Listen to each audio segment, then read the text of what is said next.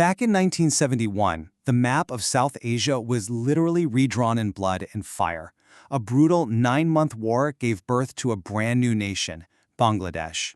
And the story of how it all happened is, well, it's an absolutely incredible one. All right, to really get a handle on this, let's start with just one number. But what a number it is, 93,000.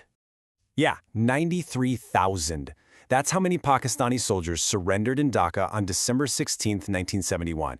Think about that for a second. It was the largest military surrender of armed troops since the end of World War II. This single event brought a brutal war to a close and officially marked the birth of Bangladesh. So you gotta ask, right? How did this even happen? How does a country, one that was supposedly united by a shared faith, just rip itself in half? Well, to get to the bottom of that, we have to rewind the clock. We've got to go back more than 20 years, to the very moment Pakistan was born. So here's where the seeds of division were first planted. It all starts in 1947 with the partition of British India. This event creates the nation of Pakistan, but it's a really strange creation. It's split into two pieces, West and East Pakistan, with over 1,000 miles of India sitting right in between them. And it wasn't just geography separating them. The cultural gap was absolutely massive. And you know, one of the first major cracks to appear, it was all about language.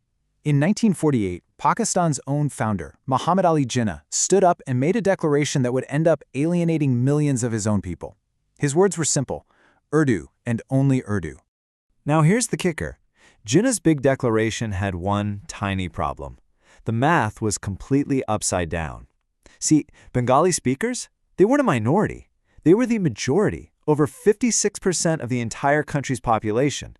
So telling the majority they had to adopt a minority language, well, you can imagine. It didn't feel like building a nation. It felt like a direct attack on their culture, their identity, everything. And this feeling of being pushed aside wasn't just about culture. Oh no, it was about money. It was starkly economic. For 2 straight decades, all the real political power, and more importantly, all the money, was concentrated in West Pakistan. Just look at the numbers. Year after year, the national budget heavily favored the West. If you were in East Pakistan, it was hard not to feel like you were being completely exploited and just left behind. And this wasn't just in the budget. You could see this growing divide everywhere you looked. You check out the military, by 1965 only 5% of officers were Bengali. You look at culture, the secular Bengali nationalism of the East just clashed big time, with the state-imposed Islamist identity coming from the West. And politics? Forget about it. East Pakistani leaders were constantly sidelined. It was, quite literally, a powder keg of resentment, just sitting there, waiting for a spark. Okay, so fast forward to 1970. Tensions are at an all-time high. The powder keg is ready to blow. All it needed was that spark, and boy, did it get one. In the span of just a few months, a series of crazy rapid-fire events pushed everything right over the edge. And things just unraveled so fast. First, a monster cyclone, the Bula cyclone, hits East Pakistan. We're talking an estimated 300,000 people killed. And the government's response from the West? It was seen as completely neglectful. Then, just a month later, East Pakistan's Awami League wins a massive landslide victory in the national elections. But the powers in the West just refuse to accept it. That leads to a historic speech calling for freedom. And how does the military respond? With brute force.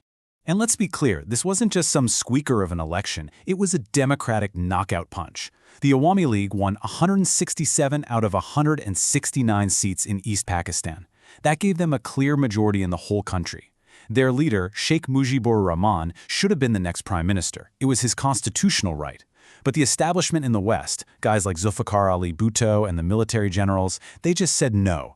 They flat out refused to hand over power. And that refusal, that was it. That was the final straw. It led directly to the night of March 25th and a military operation codenamed Operation Searchlight. This plunged East Pakistan into a vicious 9-month war, a fight for its very survival. Let's be really clear about what Operation Searchlight was. This was not some simple police action. It was a carefully planned, systematic military campaign designed to utterly crush the Bengali independence movement. And who were its targets? Civilians, students, intellectuals, religious minorities. This was the beginning of what is now recognized as the Bangladesh genocide.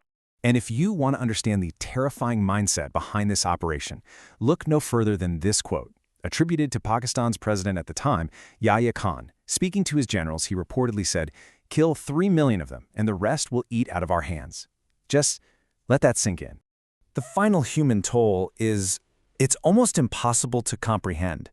The numbers are still debated to this day, but the estimates range from 300,000 all the way up to 3 million people killed in just 9 months.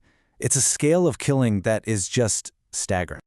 But the people of East Pakistan did not just lie down. They fought back. A fierce guerrilla resistance movement, the Mukti Bahini, sprang up.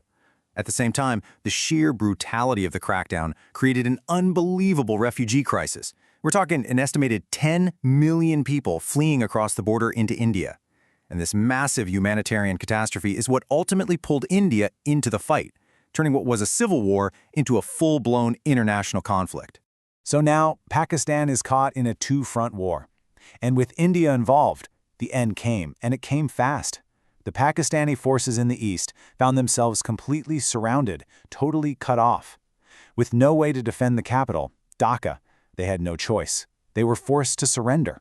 And that brings us right back to that staggering number we started with. And so, on December 16, 1971, the nation of Bangladesh was officially born. But this was so much bigger than just the creation of a new country. This fundamentally rewrote the geopolitical map of South Asia. And the shockwaves from this event, they were felt all around the world. Because you see, this conflict didn't happen in a vacuum. It became a classic Cold War proxy battle. You had the United States and China, both worried about growing Soviet influence, so they backed Pakistan. And on the other side, you had the Soviet Union, who allied with India to support the cause of a free Bangladesh. It was a global chess match, and South Asia was the board. So once the fighting stopped, the diplomats took over, and things moved pretty quickly. Bangladesh gained its independence and was recognized by most of the world within a year. Pakistan, through the Simla Agreement, formally recognized Bangladesh, and in return, India sent those 93,000 prisoners of war back home. The war had created a new reality, and now it was being cemented on the world stage. And that brings us to today. The legacy of 1971 is still so incredibly powerful in Bangladesh.